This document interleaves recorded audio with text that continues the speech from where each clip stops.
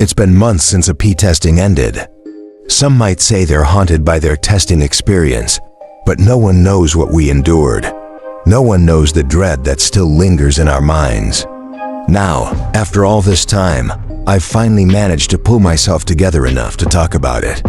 Maybe this will help me shake off the memories that still cling like cobwebs in a forgotten corner of my mind.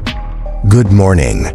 Testing will begin after you complete the identification information on your answer sheet.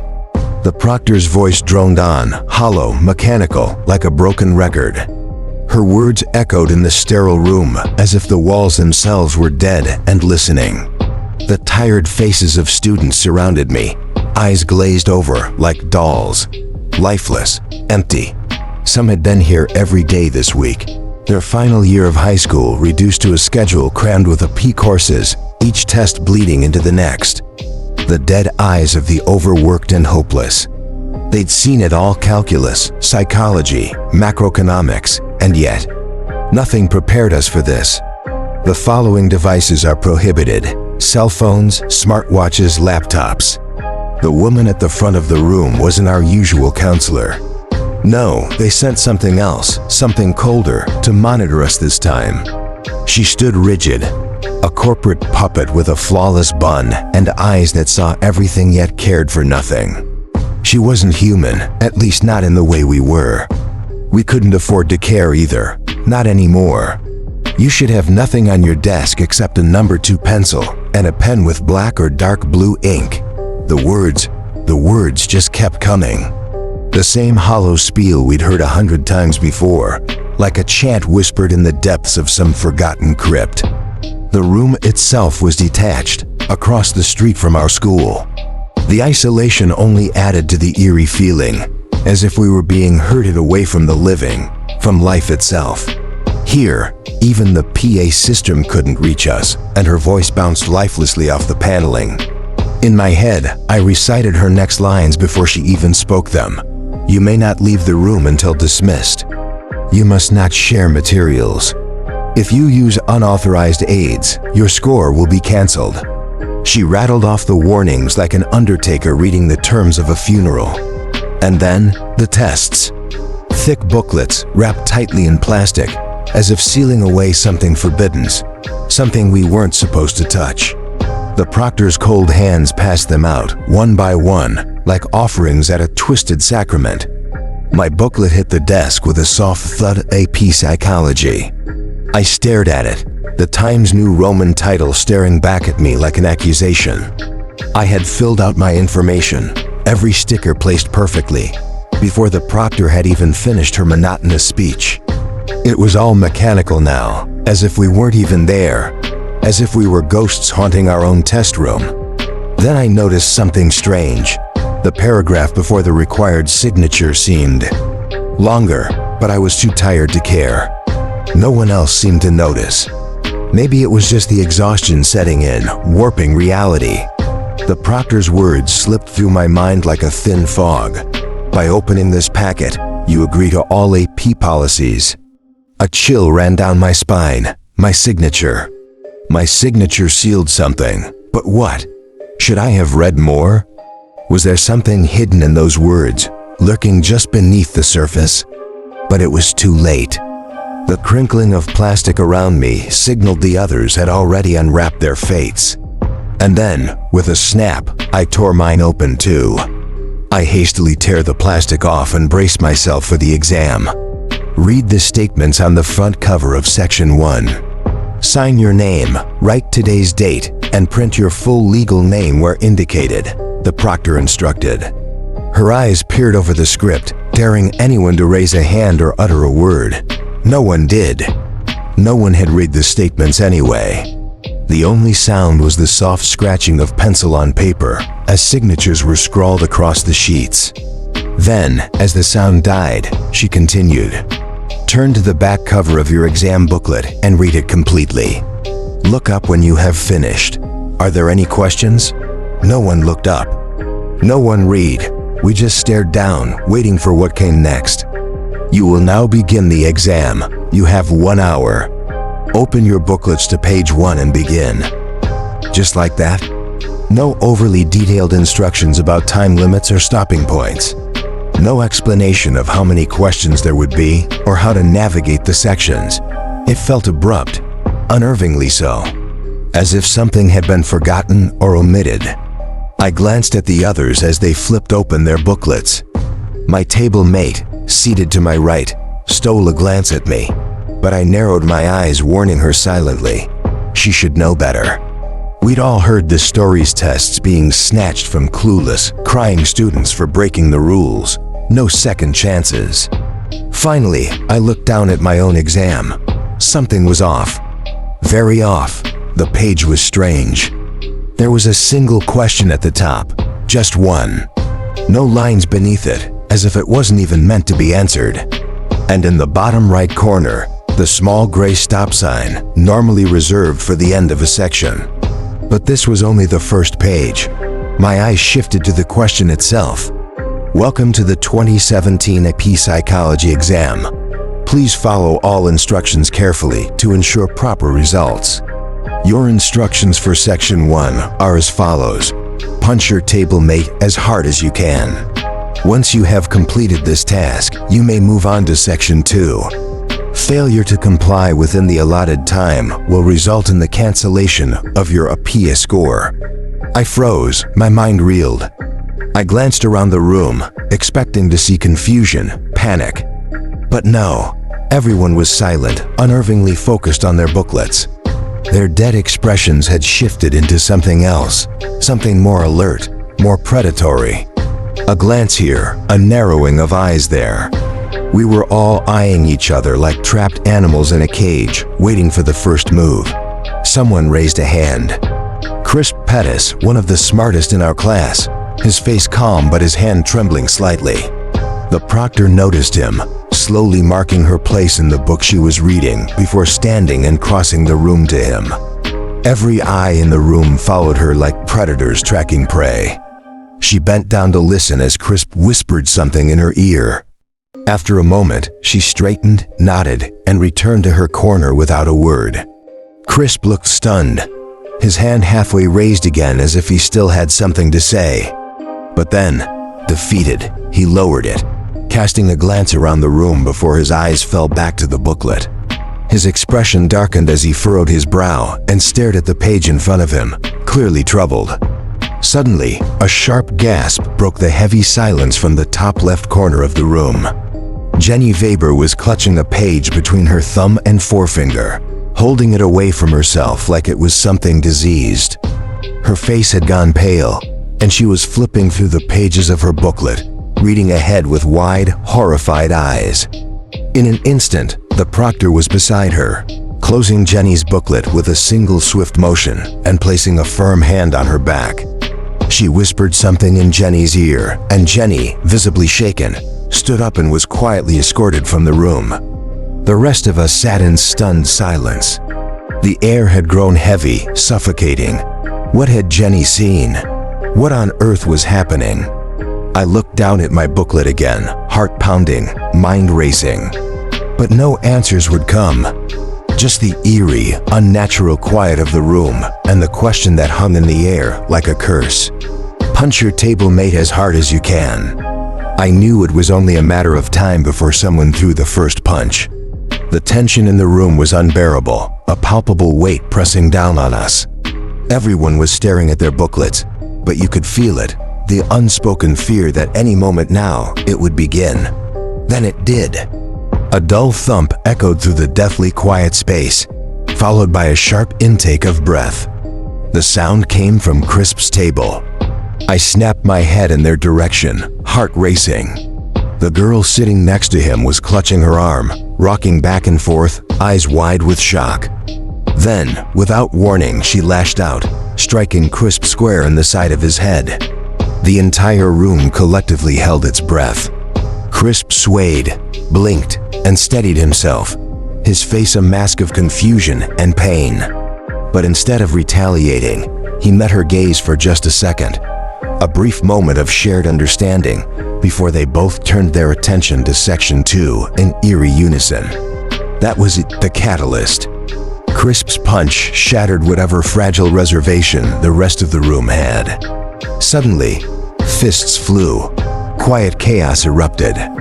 All around me, students began throwing punches with grim determination, their faces expressionless, eyes hollow. No one spoke, not a word. The silence was haunting, save for the dull thuds of flesh meeting flesh, as each pair of students took their turn exchanging blows. A few seats away, Matt, who had no partner left, leaned across the aisle and casually punched the student to his left, a self-satisfied grin creeping across his face.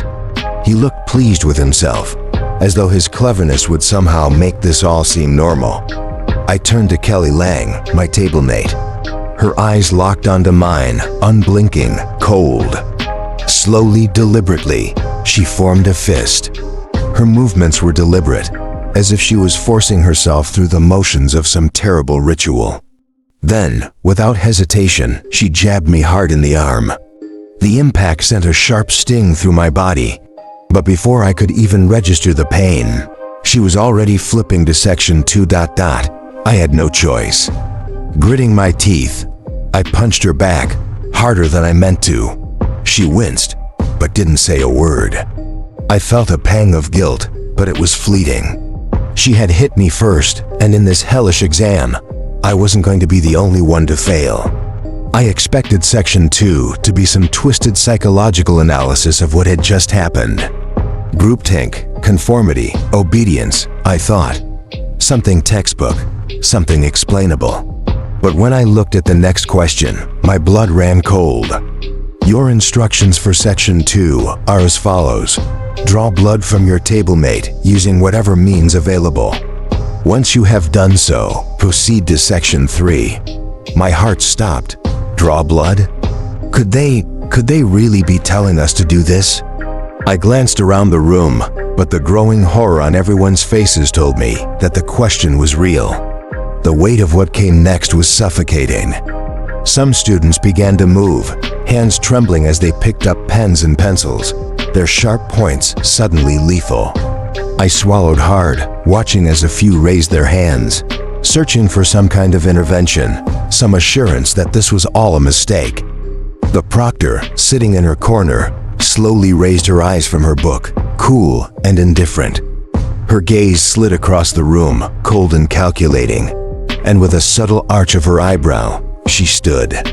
Moving with that same eerie grace, she crossed to the first student with a hand raised. Knees bent, she leaned in close, her ear hovering inches from the student's trembling lips.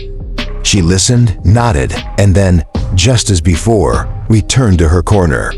The student was left wide-eyed and shaking, as though their soul had been sucked dry. Then I noticed Kelly. Her knuckles were white, gripping a sharpened pencil so tightly that I thought it might snap. The point was still pristine, untouched, but it wouldn't stay that way for long. A sharp gasp made me whip my head around to the table behind us. Two students were staring at each other, pencils in hand, blood dripping slowly down their fingers, pooling on the floor. The proctor had seen it too. She moved through the room like a specter, watching, always watching. Her head tilted slightly forward. She gave a small, almost imperceptible nod. But there was no expression on her face, no concern, no horror, just nothing. And then, the violence rippled through the room again. Silent, eerie violence. Some students stabbed, others scratched. And through it all, no one made a sound, save for the occasional shuddering breath or muffled whimper. The room reeked of fear and blood, and everyone's faces were twisted with distress. Yet they all moved forward like automatons, driven by some unseen force. I turned back to Kelly, my pulse pounding in my ears. "We don't have to do this," I whispered, my voice barely audible. Her eyes met mine, pink, puffy, tears streaming down her cheeks. But then, through the tears, she whispered back, her voice raw and broken. "You don't." Faster than I could react, her hand moved. The pencil flashed in the cold, dim light. Kelly plunged the pencil into the back of my hand as it lay resting on the table. The cold metal and wood, piercing through my skin in a jagged, unnatural angle. For a moment, I just stared, disbelieving, as droplets of blood welled up around the shaft, slowly leaking out in crimson beads. My breath hitched, quickened, panic clawing at the edges of my mind. What the hell had happened to my classmates? My vision blurred, a cold wave of nausea sweeping over me. The last thing I remembered before passing out was Kelly's frantic whisper, "I'm sorry." Then, without missing a beat, she turned back to her booklet and flipped to section 3. I regained consciousness within seconds, though it felt like an eternity. The room was spinning, the voices around me distorted, muffled, like I was underwater. The proctor was saying something, but her voice sounded distant, garbled, as if it was coming through thick, choking fog. I shook my head violently, blinking hard to clear my vision. The realization hit me like a punch. I was still in the testing room. I hadn't moved, my head had merely lolled back, and I had blacked out for no more than a few seconds. But everything was still very much real. My right hand, the one Kelly had stabbed, was still pinned to the desk, blood pooling around the wound, the pencil embedded deep. My head snapped toward Kelly so fast, a sharp pain flared behind my eyes. I ignored it, focused entirely on her. Tears streaked down her cheeks, falling onto her open test booklet as she leaned over it.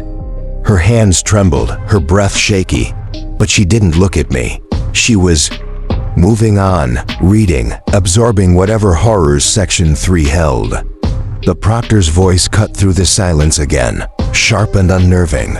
"Quiet, please." There was an odd pause before "please," like she was mocking us, savoring the control she wielded. The room was dead silent now, the whispers and low murmurs that had briefly filled the air gone. But something was terribly wrong. My classmates were bleeding, each one of them hunched over their booklets, crimson streaks staining their papers. Some faces blank, others contorted in silent horror. White sheets of paper smeared with red, a ghastly contrast. The atmosphere was suffocating, thick with despair. Across the room, I caught Chris's gaze. He had been staring at me, his eyes burning a hole through my skull. But when I met his eyes, he simply nodded toward my booklet, as if to say, "Get on with it." I grimaced, focusing on the pencil still lodged in my hand. There was no escaping what came next. Gritting my teeth, I grabbed the shaft and yanked it out in one swift, painful motion. The pencil slid free, leaving a shallow wound, blood mingling with the splintered bits of graphite. The pain shot through my hand, but there was no time to dwell on it. I picked up one of my own pencils, sharp, cold, cruel, and without hesitation, slashed at Kelly's arm. It wasn't deep, just a thin line of blood forming on her skin, but the act felt sickeningly necessary. Kelly barely flinched. She had been expecting it, her focus still entirely on her booklet. She was already on section 3, moving forward while the rest of us were still drowning in the horror of the moment. Dreading what I might find, I gingerly flipped to the next page of my booklet, eyes scanning the words. I was shaking, my heart pounding in my ears. I expected more psychological games, more twisted prompts. But what I saw was worse than anything I could have imagined. Your instructions for section 3 are as follows. As a collective group, take the life of one of your classmates by whatever means necessary. Those who survive will be allowed to move on to section 4. Note: failure to comply is a breach of the College Board AP testing terms and conditions. Objection or resistance will also lead to the termination of one of your family members, detailed below. My stomach twisted violently as I read the next line. There, in neat, cold print, was my sister's name. Her age, her address. She was across the street, in school, in second period. They knew exactly where she was, and they were watching. All around me, I could see the same realization sinking into my classmates. Some were crying now, openly sobbing, while others sat frozen, their eyes wide with terror, flipping their test booklets to examine the terms they had foolishly ignored. The weight of it all settled like a dark, choking cloud over the room. Then someone stood. Andy Spencer, normally shy and quiet, was on his feet, his face pale, a bruise already forming on his upper arm, blood dripping from his shaking hand. He swayed slightly, as if the act of standing took everything out of him. His eyes scanned the room, hollow, empty, as if searching for a sacrifice. The room held its breath. "You can't do this." Andy sputtered, his voice trembling as he stared at the proctor, desperation clinging to every word. She didn't flinch. Her face was a mask of indifference, eyes glassy with disinterest, as though she were bored with the chaos unfolding around her. She didn't even bother to respond. Instead, she turned her head slowly toward the back of the room, her movements unnervingly mechanical. She nodded. Standing in the shadows against the wall was a man I hadn't noticed before, a massive figure in a black suit, towering and silent. When did he come in? How long had he been there watching us? I hadn't seen him during the madness of Section 2. He moved soundlessly, like a shadow with substance, closing in on Andy. The fear in Andy's eyes was palpable, his tears catching the dim light as the man grabbed him roughly by the arm, dragging him toward the door. "No!" Andy screamed, thrashing, trying to pull away. "Please don't hurt my mom." His voice cracked, raw with terror. But the proctor had already returned to her book, her thin lips pressed into a faint line, her eyes skimming the pages as if nothing had happened. Andy's screams echoed down the hallway, fading into a distant, suffocating silence. The moment the door clicked shut, Chris stood. His eyes swept the room, cold and calculating, and others began to follow, rising quietly from their seats like predators stalking prey. Their expressions varied, some eyes wide with fear, others narrowed with a grim resolve, but all of them shared the same unspoken realization. We had to kill someone. Chris's gaze landed on me. His outstretched finger was like a dagger, a damning arrow pointing directly at me. My heart stuttered, cold dread sinking into my bones. I tried to back away, but there was nowhere to go. My hand still bleeding, still useless, throbbed painfully, dripping red onto the cold floor. I was weak, and they could see it. Chris's eyes burned with a ruthless decision, and one by one, others followed his lead. They were coming for me. Desperation clawed at my throat as I glanced at the proctor. "Help me!" I shouted, my voice cracking under the weight of fear. She didn't even look up. She merely lifted one slender finger to her lips, a soft, mocking gesture of silence, before turning the page of her novel. Her indifference chilled me to my core. I took another step back, my eyes darting between my advancing classmates. They were my friends, people I'd known for years, and now they were going to kill me. Their faces were a twisted mix of fear, guilt, and malice. And behind them, creeping in the shadows, were others, classmates I hadn't seen approaching. I didn't hear the first punch. All I felt was the sharp, searing pain at the back of my skull. My vision went black, stars exploding in the corners of my mind. Another blow followed, then another. I crumpled to the floor, my head pounding, my body limp. The last thing I heard before darkness swallowed me whole was the sickening sound of fists hitting flesh. I woke up in a hospital bed, the sterile scent of antiseptic stinging my nose. Bandages wrapped tightly around my head and hand.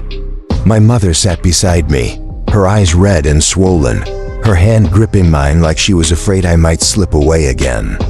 She bombarded me with questions, but my brain was too foggy to process them. Something about a mugging on my way to the P-Psych exam. I had been stabbed, beaten, robbed, they said. But I remembered everything. The test, the blood, the proctor. When the nurse came in to check my bandages, my stomach twisted with nausea. Her hair too perfect, coiled unnaturally tight. Her glasses those familiar cold rectangular frames. And the way she moved, graceful, robotic, just like the proctor. She asked me how I was feeling, her voice emotionless, hollow, and I could only nod, choking back the terror that surged through me. She left without another word, taking the lunch tray with her. She didn't return.